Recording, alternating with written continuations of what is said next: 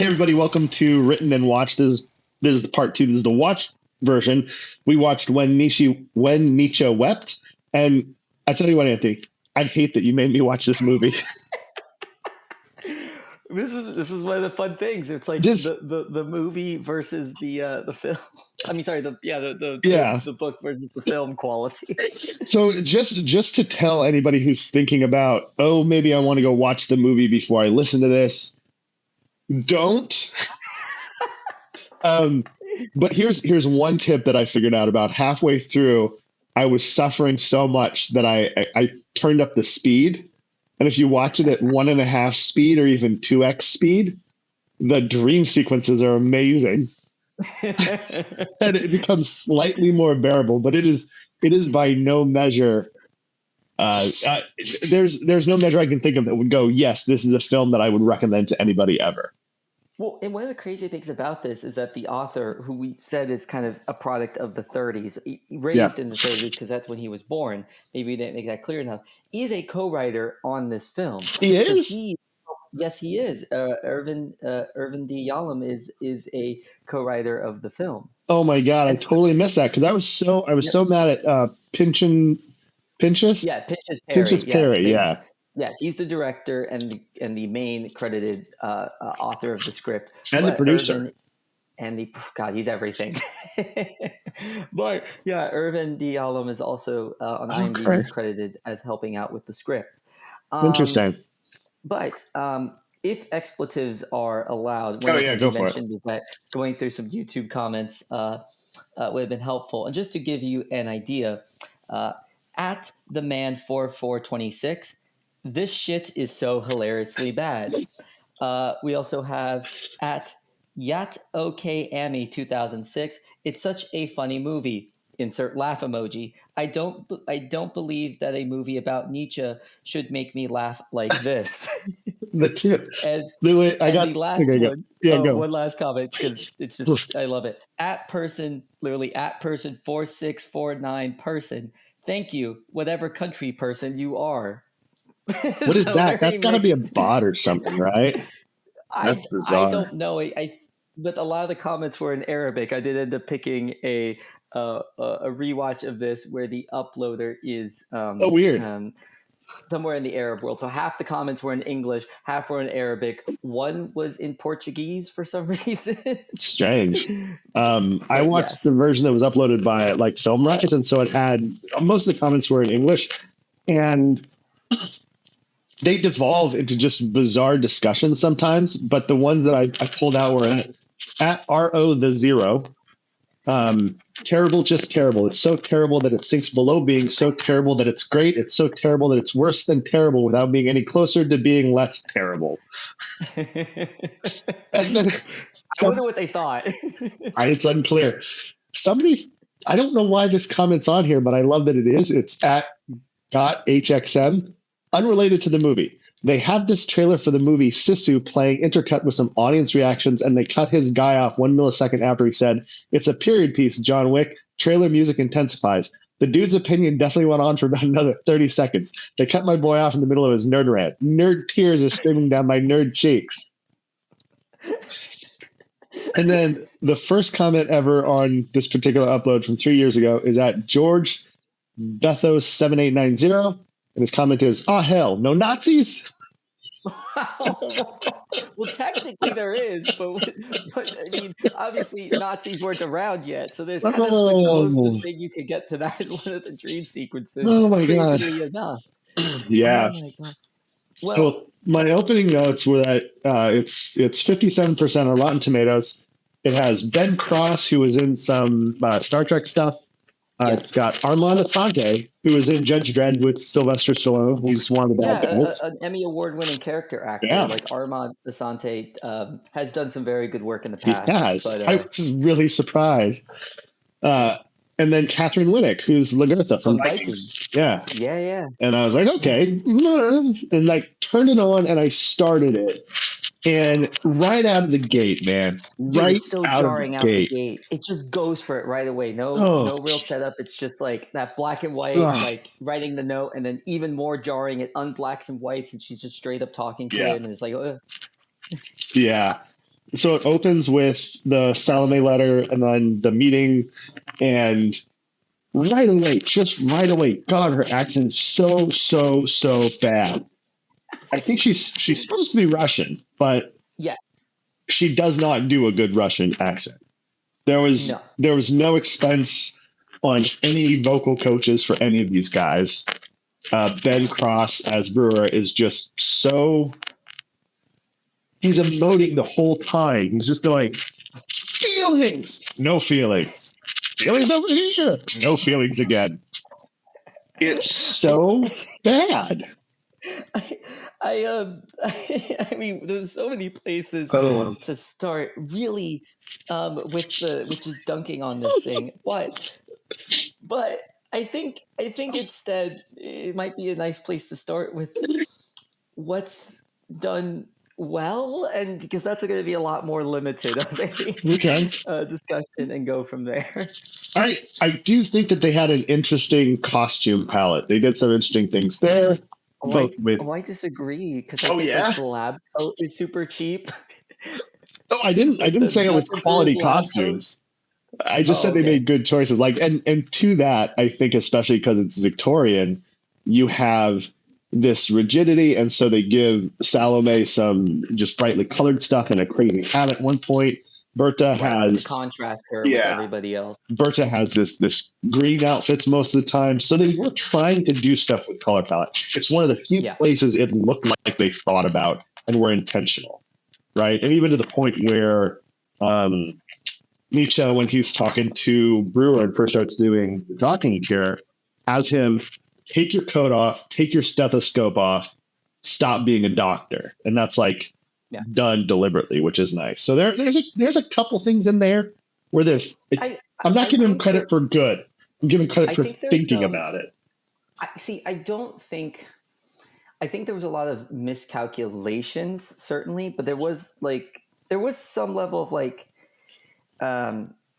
not. I think this isn't an issue of lack of care, but an issue of competence, right?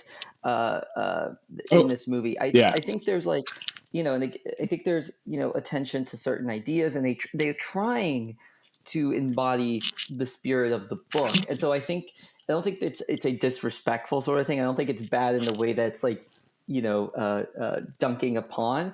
I think this is more of an issue of they didn't know how to represent a very highly dialogic text in a film format to make it interesting, and that kind of leads into kind of a lot of goofiness. And also, there's some extra details in the film. They have to strip so much away of the conversation. Yeah. And then the things that they do add are just to add some entertainment and some accessibility, are certainly choices. Well, right out of the gate, I mean, when Salome is talking to Dr. Brewer and goes, "Yeah, we have to save the greatest philosopher ever," and it cuts to a flashback of Nietzsche giving his lecture, and the only people there are Paul Reed, Yeah. Lou Salome, a priest and a nun.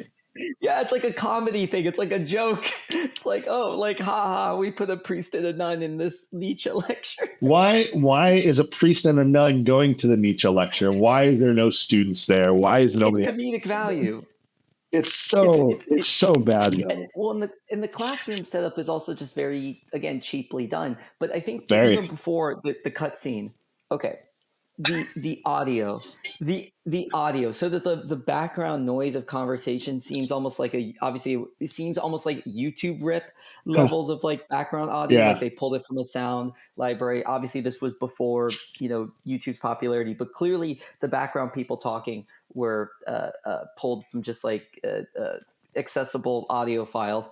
And then the clanging of the cups is so comparatively loud, the mixing, the audio mixing, and there isn't ADR. It's all on the same mic. We've got an edit credit on this. Well, this would be the sound designer, the boom mic operator. There would be a lot of individuals involved in the sound design on a production like this, but the mixing, the sound mixing was a choice. The editor might not necessarily. Holy crap! You're gonna hate this. 1, 2, 3, 4, 5, 6, 7, 8, 9, 10. There's 12 people in the sound department.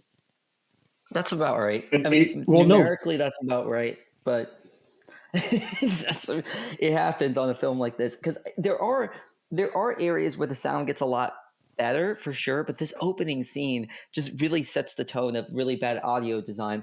And the problem with this is that for the rest of the film, the audio design improves because they deal with sort of emptier sounds. This is kind of the busiest scene to begin with, right? I mean, there's other sort of sequences, but they do a lot more of sound isolation, right? They try Yeah. to limit a lot of the sound throughout. Like they'll maybe have one track playing.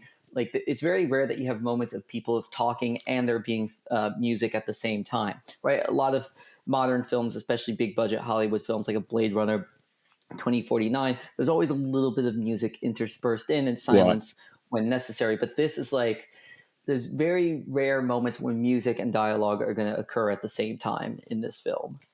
I'm trying to find what the budget was. Do you know what they spent on It it? wasn't a huge budget, but it certainly I couldn't find any budget numbers myself, but Okay. certainly this is above something that like the film Mediachi is working with. It's not one of these indie darlings where it's like $5,000 $6,000. Like No, this this is is a clearly more than that. multi tens of millions. I'm not sure tens of millions, but certainly within the 1 to 10 range would be like it could be like a low million to 2 million film. But either way, right? Like you gotta. Well, I'm looking at the full cast and crew credits, and the writing credits are Pinchas Perry and then Irvin Yalom novel as Irvin Yalom. Are they giving him? Yes. So does They're that giving mean him he writing helped credit. on the film, or they're just acknowledging his story, like a story credit? It's most likely a story credit, but they're still giving that credit. So he had to at least grant some permission because he was, I believe, still alive at this point. Excuse me. So Yeah, that would make he either sold the script with stipulations, he agreed to the script, right? Either way, this has the consent of the author, unfortunately. God, I kind of wish he hadn't seen it. Other notable actors, Michelle Yanai, who plays Bertha, she was a children's television host in Israel. That's like her only other credit. Know that. That's like all the things she's done. They've got a Sigmund Freud in here who's super young and kind of I weird. Kind of liked him the best, though. I think he was kind of the best part of the movie because he really kind of like hammed it up. He really hammed himself up as like this weird mystical version of Freud, and just like yes, like he very much played into that sort of excited psychological mystic sort of role that this movie puts him in. Yeah, but a lot of that was so forced. There were a couple of times where he and Dr. Brewer would say stuff and then they'd say it at the same time. Yeah. They're like almost like a high school rom-com. Like, oh my god, bestie. Like, yeah, but he would like Brewer would go like this, like he just like again the emotive of the face. Yeah. Whereas the actor who played Freud would like do it with his hands. Like he was embracing the hamminess of these sort of moments, and like and like he gets like very dramatic. Like he does a lot of like waking up of Brewer. Like he really like outside of Nietzsche's sort of erratic sequences, he's the one that puts in the most energy into the film, but his energy is consistent, unlike Nietzsche's, who goes from being, which I guess kind of makes sense. It's like Nietzsche would go from being very quiet and reflexive into like these manic episodes, which makes sense. But yeah, the energy that that Freud's actor had the whole time is. I'm not saying it's good, but you can clearly tell he was trying the hardest. I love how we're trying to be nice to this piece of crap film. Well, and just every element of just filmmaking. I mean, it's just the lighting is just too bright the whole time. Yeah. Like there's just even the scenes are supposed to be dark. It's like it's just too punctured. Bet this was definitely filmed on film. This was like an Arri Flex camera or something like that. And so there's a big shift in the lighting with that, where it's a lot easier to recover blowouts from film than from digital. Well, on digital, it's a lot easier to salvage shadows. So you see a lot of stuff that's shot in film. You light everything. Yes, but certainly for a film like this, right? Like you for example, something like Amadeus is shot on very similar technology, and still is able to make use of very dark mood the whole time. And I think like this film should have had a type of lighting similar to Amadeus than the kind of the blown out TV sort of lighting, right? Like this movie is filmed like a TV show as opposed to being Yeah, filmed like a film, that's a good which isn't point. bad. TV, because TV you need coverage. TV you have to work rapidly, right? Like this is filmed in a TV style as opposed to a film style to its detriment, right? There are some films that can be filmed in a TV style that work well, like The Truman Show tries to do this kind of purposely. Yeah. It's especially bright compared to most films to kind of give it that TV feel that you're watching a show. But Have you been this, Have you been watching huh? Kevin Can Fuck Himself? I don't know that show at Okay, it's all. on Netflix, and they're doing a really interesting thing with it where it's a multicam audience sitcom show, Mhm. except when the wife goes off on her own, and then Oh, it I've seen switches. trailers for it, It's but really yeah, well done. The execution is yeah, fantastic. I've seen the trailers and they looked amazing. I'm the type of person I only watch TV series once they're finito, like once Gotcha. like they're not making any new episodes. I'm a binger in that regard. All right, fair. Well, I don't know how long it'll last, but it's really well done. It's very interesting. But I'm thinking about that, what you said about the lighting. That's another missed opportunity where you have so much opportunity, especially in Vienna at this point in time, to film darker and use the light to show them changing. Yeah. It's just not employed at all. It's just No, lighting is not Well, employed well in this film. no. Audio, lighting. I mean, the thing they try to implore the most is sort of frenzy acting, right? They try to Yeah. they try to implore. They try to have the actors carry this film. They try. They try. They try.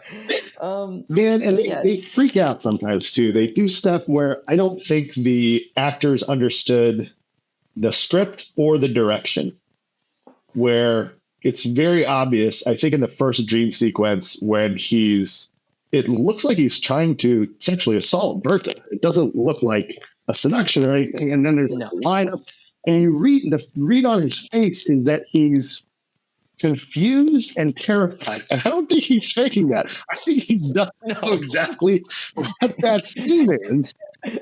And that's just Ben Cross being confused and terrified. Well, I mean, one of the And I don't know why they had all these dream sequences in there. They were so the dream sequences are in there because they couldn't carry a dialogic film. They couldn't. Yeah. They couldn't. They didn't know how to make a film that consists primarily of audio and vocals and have it carry the action. And one of the things that they do is they almost make everyone who's mentally ill have delirium, right? Like, Yeah. like they try the book tries very carefully to separate like the ills of Nietzsche as like migraines and their pain and he's in agony versus like, Bertha, who is quote unquote, obviously hysteric, right? For the purposes of the Victorian context and all that jazz out of the way, right? But they just make everyone hysteric and delirious, like that's having mental health problems. Like everyone is hysteric now. And it's like, what? Like, Nietzsche isn't, as it's portrayed, like, it's portrayed to be a lot more delusional than he is in the book. Now, I mean, in terms of his real life mania, yeah, maybe this actually film does do something right. Maybe he did have more of these manic bouts of delusion than when Nietzsche Wept shows in real life. Maybe this is more accurate to the real life Nietzsche. But the way it comes off is primarily through sort of, a dream-like feeling simultaneously. And so there's these attempts at almost like playing with what is real and what isn't real. And I think also, if we're going to give it maybe narrative credit, maybe a lot of this is done to set up the hypnotism scene, right? So that you can more so believe that the hypnotism is not real. Because when it's in the novel, there's no hint that anything happening is ever fake. Right. And I think that almost in a way hurts and helps the novel. It gives it more of a surprise. And you're talking specifically about his journey to see Berta, his journey to see Eva, like that part. Yes. I actually really enjoyed that there was no clue that it was that. I thought he was being a total jackass. I was rooting for Matilda. I'm like, Matilda, you tell him this is bull crap. Good job, Eva. You tell him this is bull crap. And then the reveal, I was like, oh, that was great. Yeah, the movie did that pretty well. But I think one of the things that the movie did maybe at least was trying to do with the other dream sequences is set up the possibility that that sequence could be fake, where the novel never does that. So in the Right. novel, it's more of a surprise when that sequence isn't real. Whereas with the movie, we could see the logical structure of, oh, well, there's already dreams, there's already delusions, there's already, Yeah. you know, you know, ways in which reality cannot be seen for what it is. And so it does it well, but it takes away that sort of surprise that occurs in the book, right? It's more surprising in the book because it's Yeah. the only time where reality is bent. But the movie, you could say, well, it makes it more logical that these things could happen. But the way he comes out of the dream, right? The swimming. And Yeah. Freud Yeah. just swimming after him. It's And just Freud is calling him Joseph, Joseph. Oh yes. man. The sequence, it's really the highlight of the movie when they don't talk. When they don't, the Yeah. less they talk, the better it is. When it shows and Which it is doesn't pretty tell. bad for a movie about talking. It really is.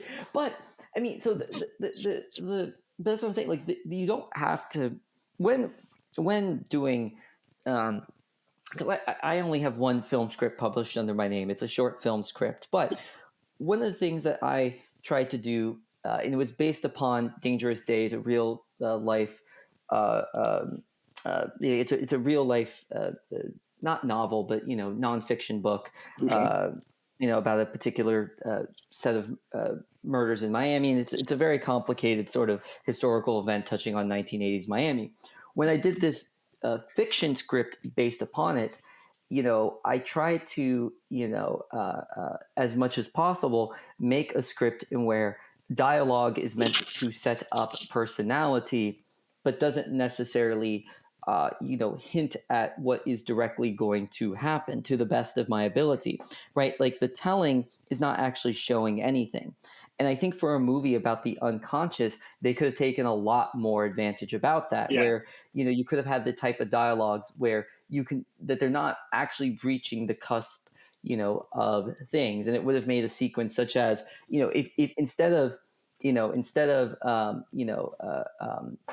like for example, when they see Bertha's grave, and when Nietzsche says, "Oh, your mother's name is Bertha," right? Yeah. All Brewer had to do, he didn't have to respond or anything like that. He could have just kept silent and gone, and just been like, had like that, like just zooming in on him and just looking at him What would have been beneficial than him responding, "Oh, what does it matter?"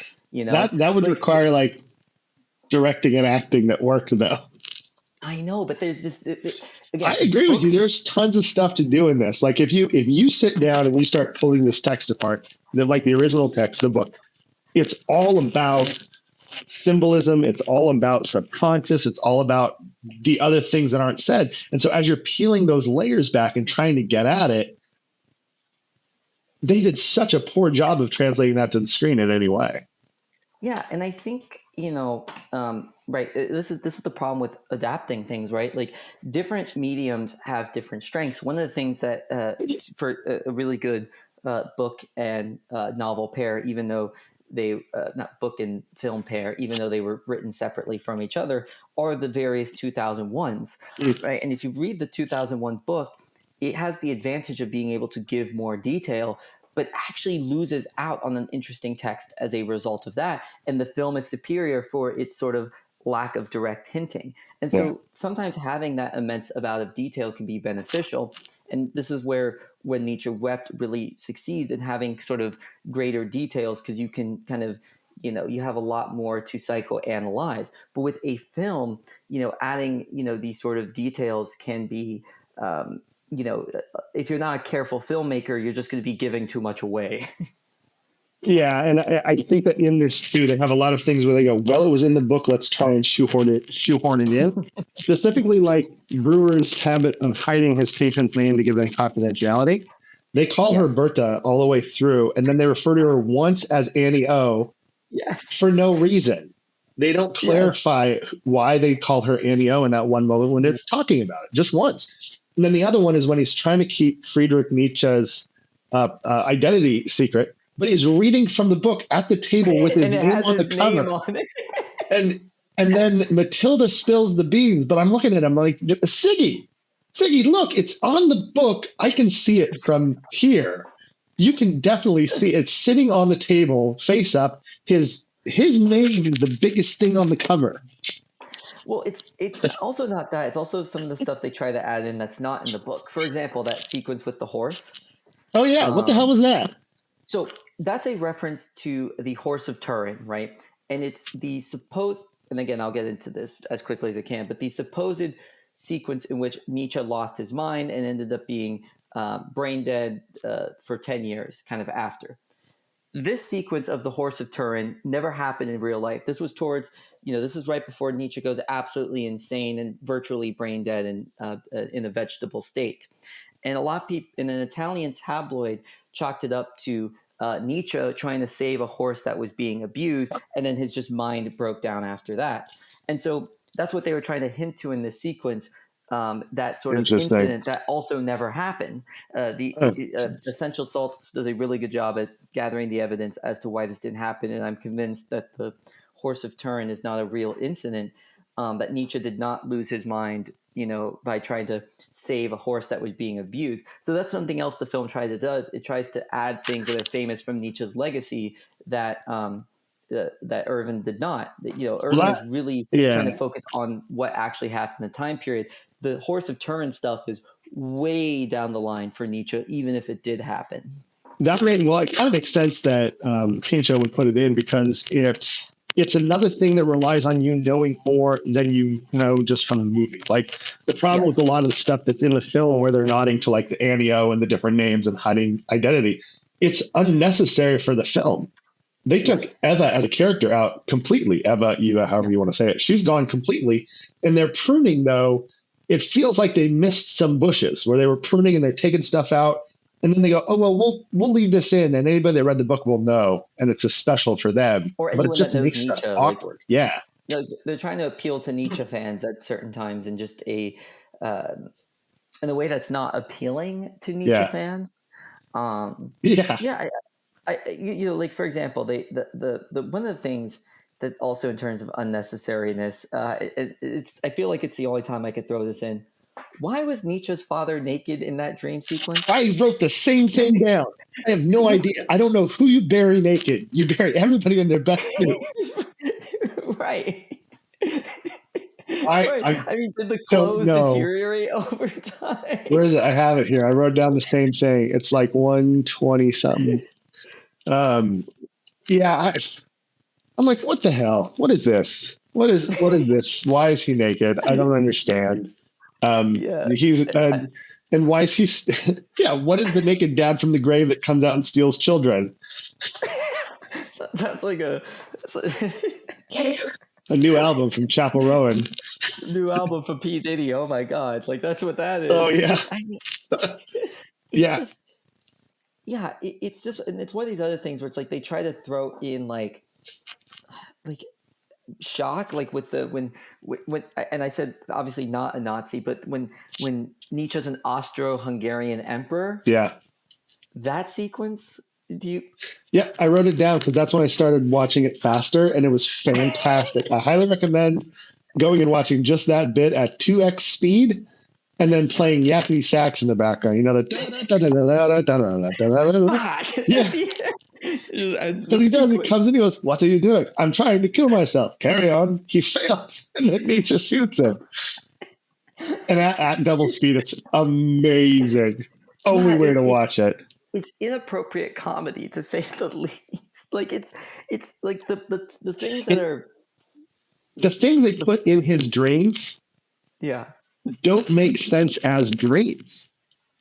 No. The one that gets closest is when they're on the Swan, and he says we're running out of time. That plays into the whole thing.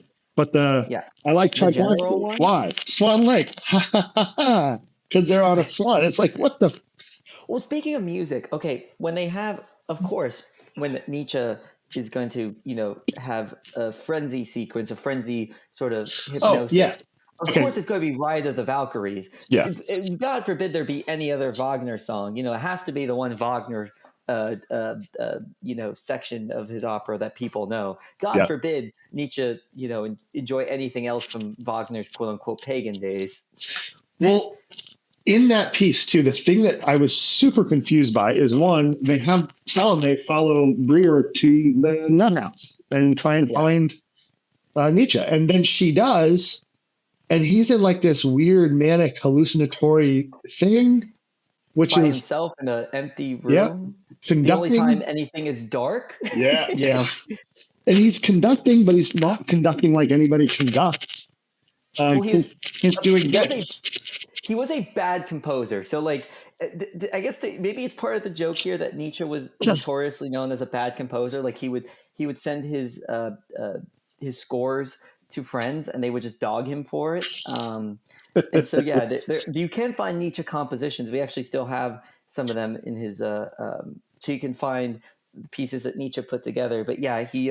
But what was so weird is he has a manic, weird, delirious, hallucinatory episode that Yeah. they've never talked about and they've never addressed before this. It's never Yes. been one of his symptoms. And now the one time Salome finds him, he's nuts and can't see her. Yeah. And then she just leaves. She's like, well, guess I can't help him. Fritz. Oh, oh no, Fritz. I did put in all this effort, come all this way, track a guy in a second fiacre, and found him, even though he wasn't in the logs. I've been running around this place, which she stands out like a sore thumb, like a freaking bird in a house, and finally finds him. I was like, well, oh well. Well, Fritz is not here. Guess he's nuts. I would bye, Fritz. Except she do it in that horrible Russian accent. That's what mine might be a little better than hers, which is quite sad. I stopped it at one point because I'm like, what is she saying? And I had to play it like 4 times. And when she says women, it sounded like vermin. I'm like, what? What is she saying? I don't know. But and the other thing with that sequence too is like that sequence only makes sense because in the book, right? They use Wagner as like an entry point, right? Because Nietzsche did in real life have a friendship with Wagner, and Wagner isn't really mentioned much past sort of like, initial entryway conversation and as like an initial point of intrigue to get Dr. Brewer to treat Nietzsche. It's like, this guy's friends with Wagner. How interesting, right? Like Wagner being the Taylor Swift of the German speaking world. Yeah. But like a lot of the stuff of Nietzsche's hatred towards Wagner doesn't make any sense unless you understand kind of Nietzsche's turn away from him, that he hated that Wagner's music went from being pagan into Christian, and that kind of strained their relationship, and like he started to hate Wagner's values, right? But like you can't really understand like, why is Nietzsche jamming out to this music while also saying he hates him? Right. It's like you could only know that from being a having studied Nietzsche to just some degree, but like and I understand there's something here that I think the filmmaker did a really bad job of introducing the ideas. We talked about when in the book does a good idea introducing concepts, right? There is some fanfare in there, and there's some fan fiction, and the author does assume a certain type of person is going to read it, but you don't have to necessarily be someone who's aware of any of these figures to draw out some sort of idea. When it comes to this film, you have to already kind of be a Nietzsche fanboy. Yeah. And he also assumed that, because Nietzsche's in the title, I think he tried to give Nietzsche a bigger stage. But the book has confidence of like, no, we don't even have to make Nietzsche the main character for this to have draw, to have appeal. Right. Even though it's When Nietzsche Wept, it's, this film really tries to focus on like Nietzsche as the main character when that's not how the book works. Yeah, it almost feels like he's trying to push an ensemble too, with how much Ziggy's in it. He's in it even more than the book too. Oh, 100%. Because like, Freud is famous. Yeah. Ooh. I also thought the other one that was a weird insert beside the flashback at the beginning, which it feels like they just put in so they can have Nietzsche say God is dead. And then the other one is the Zoroaster insert, the Zarathustra insert. It's like, why did we need to see an actor in costume running around as Zoroaster? Like, what did that add? Right?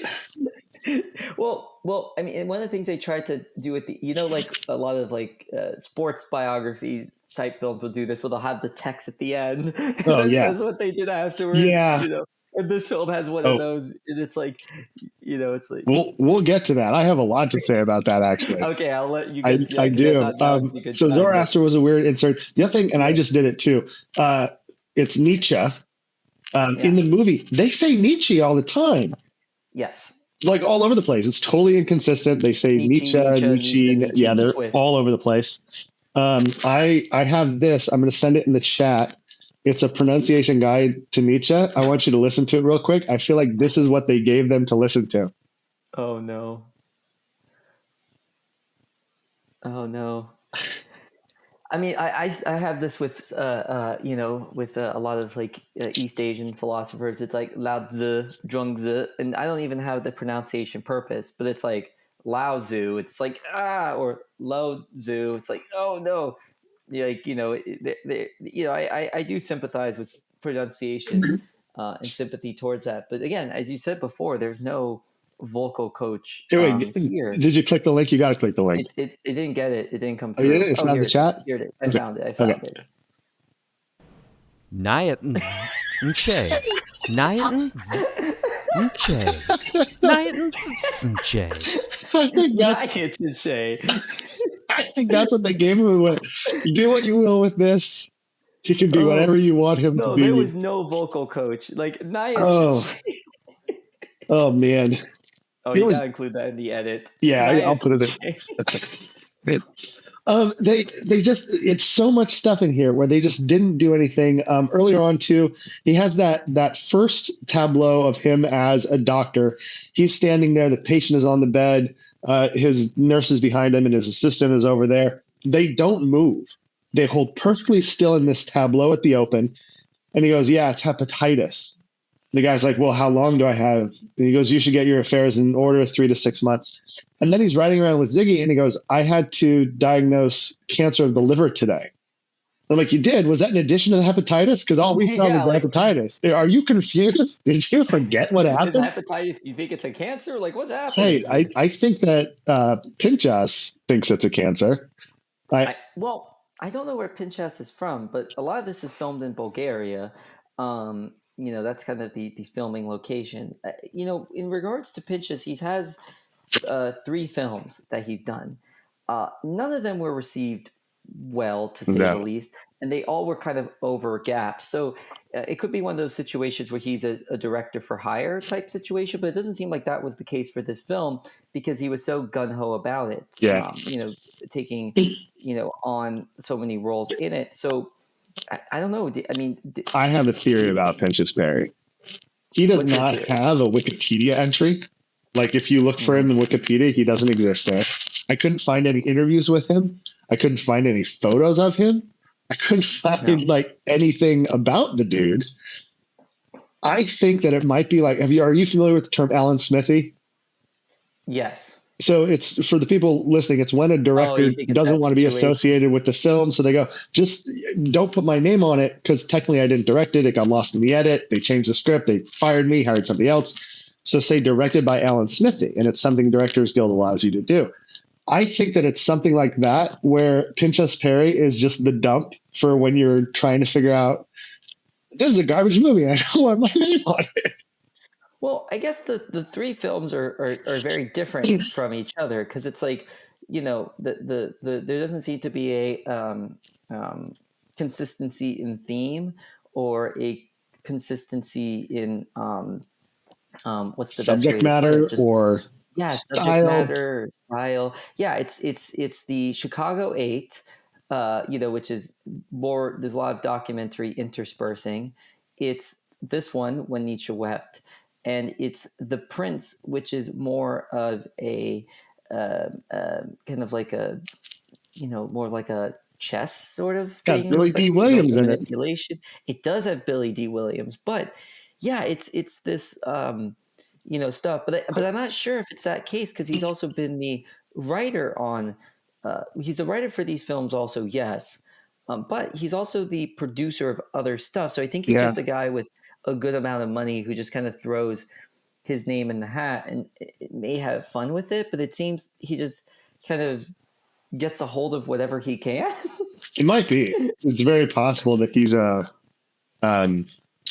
narcissistic creator. He just wants to get up and put his name on it.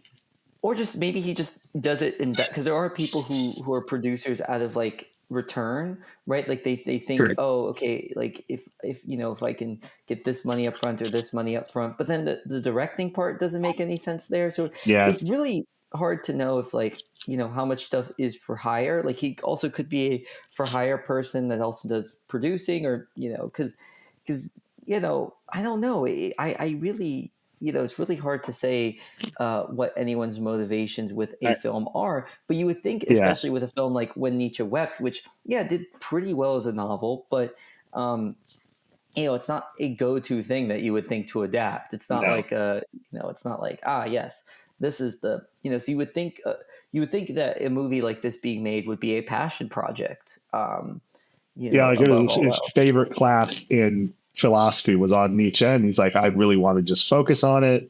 He read it. Yeah, I agree with that, but I don't think that shows. No. No, he did like his basic research on Nietzsche. It's like, oh, he got supposedly kicked in the head by a horse. Oh, there's this Zarathustra guy. He said God is dead. I got it. We're good. We're done. That's what everybody knows about Nietzsche. Yeah, he got those three things in. Yeah. I will say a lot of the time watching this, it looked like a high school play. Like it looked like I could see a high school production of this, and it looked almost identical. When Nietzsche Wept, done by Palmetto Bay Senior High. Oh man! You're on. Oh yes, I am on. Fritz. Guten Abend. Like they have like a bad speaker playing right at the balconies, like the left and right audio aren't even. I'd love to see what they do with the dream sequences on a stage. I'd love to see if they got better costumes than they had in this. Shoot, now I want to do a stage adaptation of the. I think it carries very well. It'd be hilarious. The other thing when we're talking about like Nietzsche, and if he is a fan of Nietzsche, like there's stuff in here where, like the Manic episode while he's directing, also the night that Brewer gets brought over to save him, right after talking about how he doesn't enjoy the human sex stuff because it messes with his brain. Right after that, he's with a prostitute who's rubbing his temples. He freaks the hell out and smacks his head into a mirror. Yes. This is also another famous misnomer story. I can't believe. This is a deep cut too? In my note. It's another deep cut. Oh my God. Pinch us. There's a theory on why that Nietzsche's some of his sicknesses could be related to chlamydia or some other STD. Okay. That ultimately, and that Nietzsche, a lot of people say that, he was probably a virgin. And then some people go, the only sex he had was once with a prostitute or something like that. I'm not as clear as to where these stories come. It's not like, I don't know well if it points to like a random Italian propaganda magazine, but the evidence for whether he slept with a prostitute or not with Nietzsche, unknown, but it's one of those common stories in sort of Nietzsche circles. And in regards to his attitudes on sex, they're not very clear in his writings. He doesn't seem, if anything, that's the opposite in not Thus Spoke Zarathustra. Maybe it is. Yes, it is in Thus Spoke Zarathustra, where he's anti-prudes. He talks against the prudes. And I remember this very specifically for a personal funny story because this was in a graduate class and I had a hickey on my neck. and it's just like Nietzsche being anti-prude. And one of my classmates looks at me and goes, well, I know someone who would agree with that. Even the professor looked at me and everyone laughed. So at least it was in good spirits. But yeah, like he talks about prudeness. Like he's not he's not against people having sex or sexual relations, but there is some proof of like he may have abstained himself or maybe had mixed attitudes, but it really doesn't make it clear, as you said in the film, to be like, oh, I do not like the sex, but then doing it. So the conclusion could be, well, is this guy just lying to himself like a closeted, gay Republican, or is he, or is just a, an issue of trying to get into too many stories? Like, it is jarring to some degree. It asks more questions than it answers. Yeah, and I don't like his manic spot there and smashing his head against the mirror being the thing that he's about to die. Like, there's plenty in being passed out from taking too much chloral hydrate. right? Yeah. Like it didn't need him to do that. So I was just confused as all get out. I did watch this whole thing just so incredulous in some of the things they put on screen. And talk about the dream sequences again. They and several other pieces are very obviously green screen and just painfully bad setup. The CGI Austro-Hungarian flag. Oh yeah. That flag is just like, it looks like YouTube like green screen like clip art things where they have like the explosions, you know what I'm talking? Yeah. About, like it's that level of CGI. There was like, that, and then the whirlpool around the swan where you can tell they're being told to act like there's something there. Why couldn't they have just bought a real Austro-Hungarian flag? Like, I get it with the whirlpool, like special effects, okay, but like, just buy a prop. Just buy a prop. Like, it's not the like. Is it the easiest thing in the world in 2007, 6 to find like an Austro-Hungarian flag? No. But is it the most difficult either? No. They could have just spent an extra money. It would probably have been cheaper than doing the CGI. Oh yeah, it's probably more expensive. It's definitely more expensive to CG that crap in than actually buy one at that point. I'm like, I also was really put off by Berta's hair. What color like was the it? curls? No. What color was it? I'm colorblind. Oh, are you? Oh, I'm sorry. Are you serious? I'm mildly colorblind. Yeah, I'm serious. It was like this weird purpley bluish color.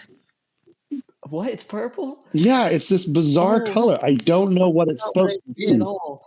Oh no, that is not what I saw. I thought it was like some reddish sort of thing. Oh, which was also weird to me too. But I'm like, maybe that's like a natural ginger look. Hold on, I'm going to find it. I'm going to turn on the colorblind filter and see what we saw. Why are you, Bertha? Come on. Why is it so hard to find a clip of Bertha? I figured it'd be all these high points. Oh, there it was. Oh, that's Zoroaster. With Zoroaster color corrected. Yeah. It can't be this hard to find a Bertha. He put on the color filter for Zoroaster, and it just reveals the lonely of loneliness. Just him on the mountain at the beginning of the book, just like, oh God. Okay, there it is. Oh God. Yeah, it's like this. The masses down below have made a movie about me. It's this weird reddish purpley color. It's got some lavender in it for so sure. Was red. There's red in there. But it's a red that's bordering onto. You have the colorblind filter on or off? I'm about to turn it on. By the way, I didn't comment on this last night. Love the Star Wars stuff in the back. Thanks. Yeah, I figured the Millennium Falcon, all the AT-ATs. I was either stuff. up here with that or downstairs with all the books behind me, which kind of makes more sense. This is actually more comfortable. No, let me be the nerdy academic. You be the cool Star Wars fan. I'll take it. Yeah. Okay, so the funny thing about these books, half of them are in Spanish also, which is hilarious too. With the what's the word I'm looking for? Yeah, and then what else is there's just lots of business books on here because this is shared with my grandparents. So very little of these books are actually mine. So I look more impressive than I actually am. So how many of you? What percentage have you read? Well, of this, all the Hemingway stuff, some of the historical stuff. Let's see, a lot of the poetry stuff down there is mine. But yeah, most of the stuff in Spanish on Cuba and stuff like that, no. And pretty much all the business stuff that's over there, no. I do not make money. We're giving a lot of personal details today. You did say adjunct. I did say adjunct. You did say double adjunct. I'm a full-time adjunct at 2 institutions. So it's so brutal. Full-time, part-time. Quick aside, I moved away from academia because I was in New York and I was going to go that path, and I'm looking at it, I'm going, I can't afford to survive here. I won't even make enough money for food. And so I backed off of that. But I very fast. You can be an academic in like a flyover state and live a pretty good life. But some people don't want to live. Some people want to live in the Big Apple. It's a little harder there. Yeah. Okay. So Bertha has really weird hair. It's reddish, tending towards purple. It's curly, and I didn't get that. Like I didn't get a lot of the people's. I don't know why Leaf Salome is a blonde. I know it's because the actress is blonde, but that felt out of place. In real life, I believe. Yes. Okay. Yeah. Okay. It Yeah, felt like based off coloration, I think blonde was her hair. But yeah, purple hair in the Victorian era. Yeah, like a crazy curly haired reddish purpley mane. They were just trying to make her look more crazy. It seems was the direction with color. Like the one attention to detail is like, well, purple is crazy. So, it's like, well, have the crazy woman have the crazy hair. It's like, it's like, huh? Yeah. Well, yeah, oh, here's another thing I noticed too. When they're in the when Brewer comes to the place where Berta's being held in his little like dream thing, right? Yes. When he gets there, he and the charge nurse are standing talking to each other, and behind them there's a painting. And the painting is the only painting on the wall anywhere in the entire place. Like as they move through the place, there's another spot that has a wall sconce, but there are no paintings anywhere else in the place. And I'm like, yeah, what the hell is that? And I actually, it's also like that empty room that Nietzsche's in. Like, why is there this just random empty room with one piano? Yeah. So I looked it up, and I think that Pinchas Perry is Hungarian, and here's why. That painting is Imre Goth, who was a Hungarian painter. He was Jewish. He painted that painting in 1920, so it's a little bit anachronistic, or maybe he's just dreaming of the future. He made tons of prints of it, and they retail for a couple of $100 to $500 for the prints of that. And so I think that Pinchas Perry has a copy of Imre Goth's concert and wanted to use it in the film. That's my theory on why that painting's there. Flex? Yeah. It's a flex that causes backwards causation because it's a dream of a future painting and then creates the Hungarian painting. Yeah, and it's also got a Nazi connection. So Imre Goth in the 1920s also painted Hermann Goering and his mistress. Yeah. And he didn't like the painting so much that he gave it back to the artist. And so the rest of Imre Goth's life, he was afraid because he was Jewish and Hermann Goering didn't like his painting.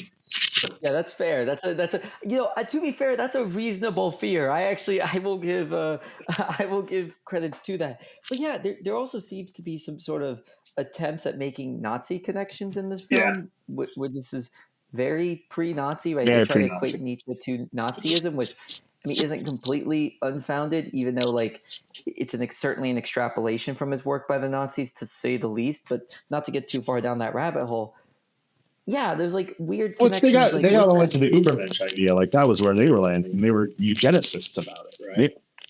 Yeah, right. And but regardless of the actual history of stuff, like there seems to be some attempt to kind of like talk about that in this film, which the book does very well of like being like, yeah, there's like conversations of anti-Semitism and things are touched upon, but they're a lot more respectful, contextual, and sensible, right? Like anti-Semitism was common even before Nazism. So in the book, it's not even trying to point towards Nazism. It's trying to point to the actual existent phenomenon at the time as people understood it. There's tons of examples of backwards causation in this film. And the most apparent one is Nietzsche already understands the unconscious. Yeah.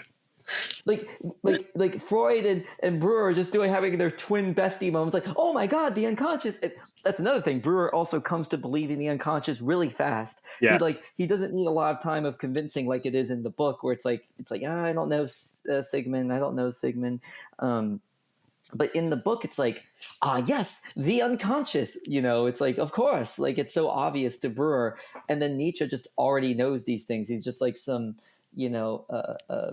omniscient figure of, unconscious psychology. And so, yeah, there's a lot of sort of like backwards causation that happens in this film. A lot of this film is drawing upon the future to try to tell past events. Yeah.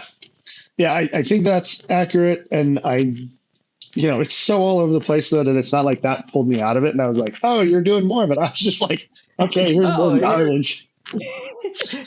Please feed me more slop. I know. The moment they had in the film that was the same as the movie and got me just as mad is Brewer's confrontation with his wife, Matilda. Because when he's sitting there going, I have to be an I before I can be a we. I never got to make any choices.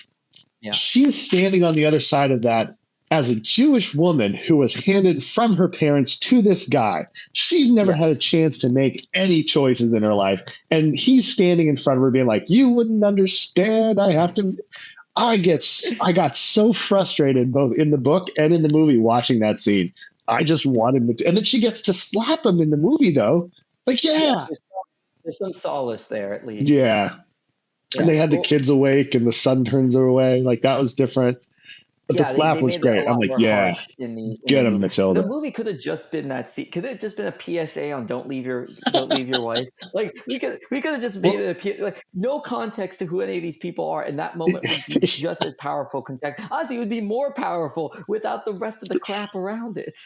Yeah, because in this dream sequence, they let him go all the way to getting a job and working, and then he sees Sigmund and Salome and runs away from them. And again, I was watching this as 2x speed. So there's another instance where with them running and falling down the hill, yakety sax in the background would have been so good. I forgot about that. And they're just tumbling down. I forgot how goofy that was. It's so odd. It's played up for comedy again. Like there's like quickly we must give the audience more slop. God, this is a horrible movie. So then it's just so bad. Then they get to the last, like the little title cards you were talking about, right? Oh, go off. So I'm going to pull them up. So I'm looking at them while I'm talking about how stupid these are. So they put them up there and they go, cool. Friedrich Nietzsche boarded a train the same afternoon for the warm air of Italy and a rendezvous with a Persian prophet named Zarathustra. Thus Spake Zarathustra is his most celebrated book. What is that, Ad? Like, we all know who he is. He wrote the best book. We know where he's going. His life went amazing after that. Like, there was no psychological breakdown. There was no confrontations with his sister. There was no devolving into Dionysian madness and claiming to be both Jesus and Dionysus at once. No, everything went fine. So that one I think is the least criminal of these. Yes, I'd agree also, surprisingly. Joseph Brewer continued the practice of medicine for another 30 years, but never again made use of the talking cure.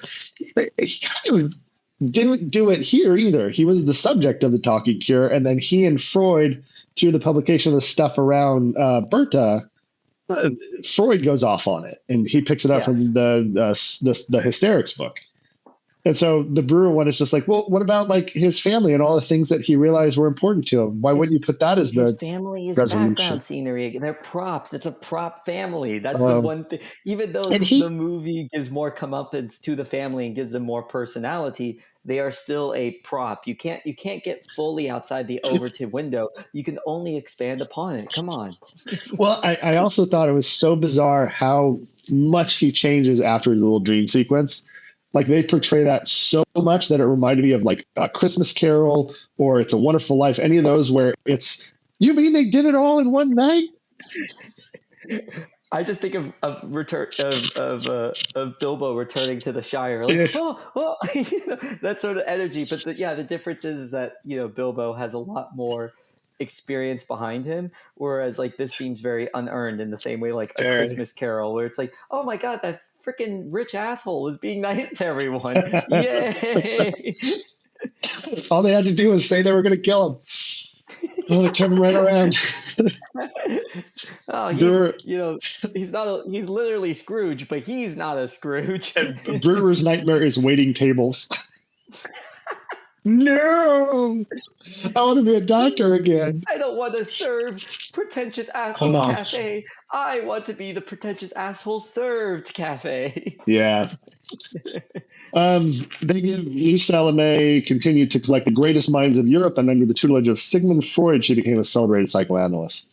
She didn't really tutor under Sigmund Freud. She kind of met him at a psychotherapy convention years and years later, and they had an affair. So yeah. I don't know why they're giving so much credit to Sigmund for developing her. No, she did it herself, man. Like I give a lot of credit to her. Like, smart cookie. Yeah.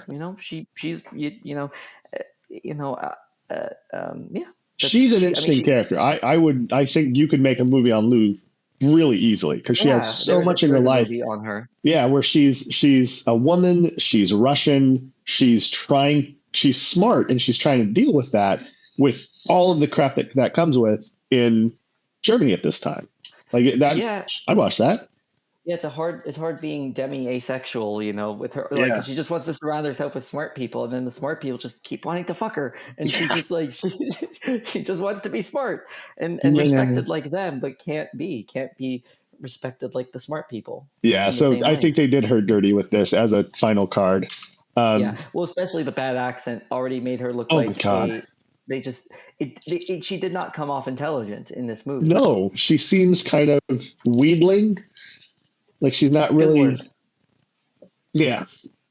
She doesn't have power of her own. She's simply just like the caretaker, and like not even the caretaker of Nietzsche. That would the film doesn't even give her enough credit to do that. She's just the person that's like, No. oh, is Fritz good? Is Fritz? Oh, he's no good. Okay, I leave. You know, like, I wanted a good Fritz, and I was like, "This is bad Fritz." Oh no! This is not God is dead, Fritz. This is. I don't like the Valkyries that much. He grunts.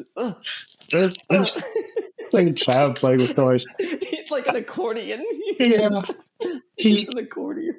And that's the last time we see her in the real world. We see her once in the dream, and she's with Cindy. But after she sees Fritz crazy, she leaves. What the hell? It was bizarre. She starts the plot and doesn't even get like an end sequence. Like, I would have respected this film more, even if it did the type of thing where it's like they meet one last time. And by more, you don't mean much. You just mean just a little bit.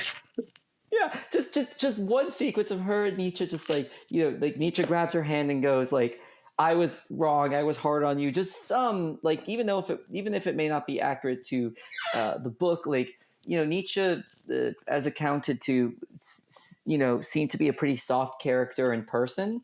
And so, like, it would have been nice to just sort of have, like, him also come to his realization and overcoming, and, like, being able to speak to Lou. It's like, you know, thank you for your help. I know your intentions were just some sort of, like, apology would have been nice to give her some agency as the person who started off the film, and like show that he actually overcame something, as opposed to, oh yeah, he just ended up writing a good book.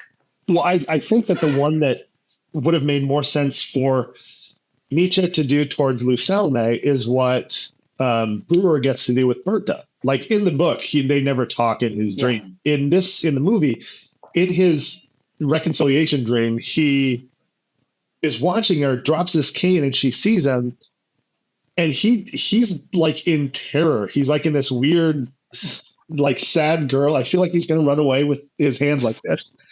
Like he's got such a bizarre mien on his face, and it doesn't make sense. And then he composes himself and tips his hat, and she nods back at him, and then he's better.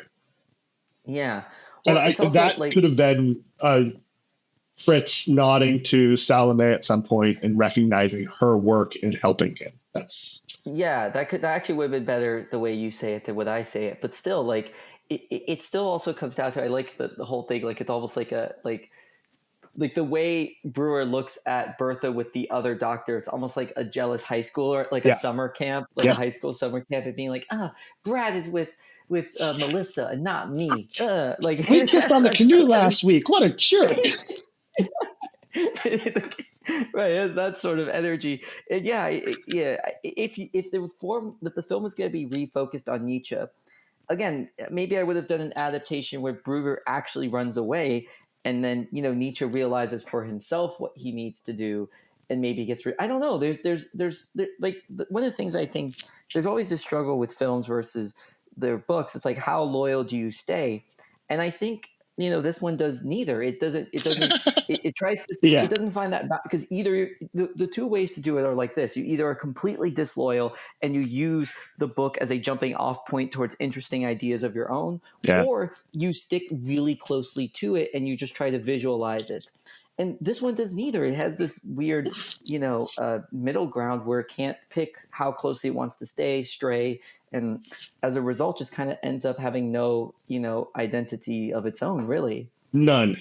But somehow 3,000 thumbs up on YouTube.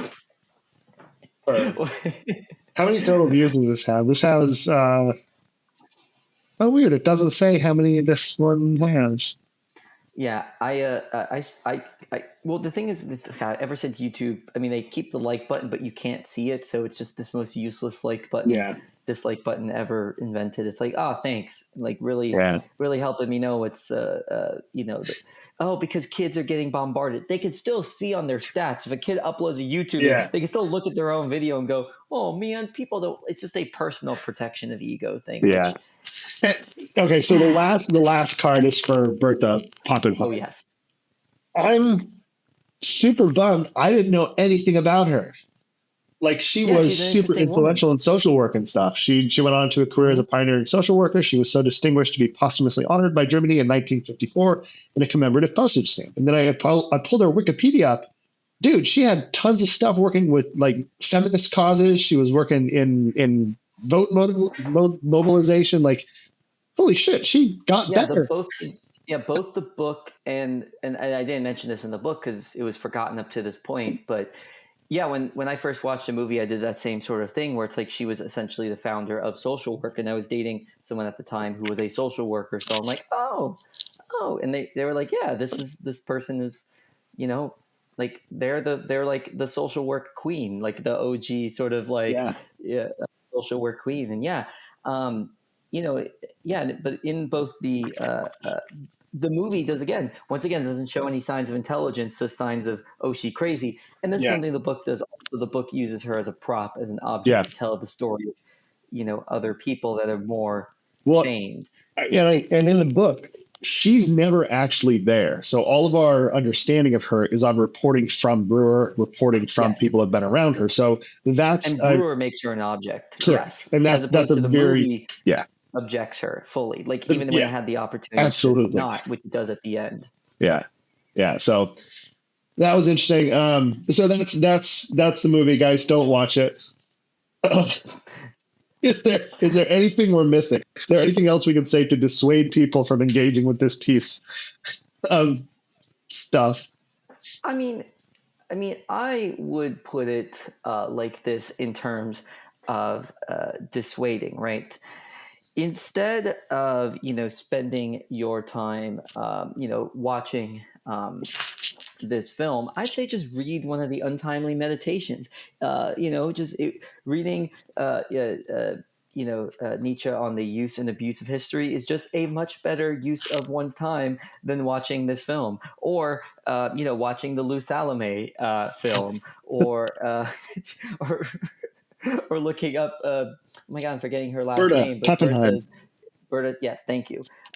Just reading her Wikipedia article. Or in terms of if you really want to another, I guess, philosophical film that you can watch, or just something to watch philosophically, the YouTube channel Camille. She is a hilarious comedian that does like these little shorts on famous, philosophical hypotheticals. Just go through her entire channel and do that instead. Well, with that said, I'm going to leave you with one of the quotes that I saved for the end. It's from Anthony Carnley 4503. He says, "Nobody has ever understood Nietzsche, not even Nietzsche." Despite what Freud thought. Nope. Despite what Freud thought. That's our show for today. Thank you all so much.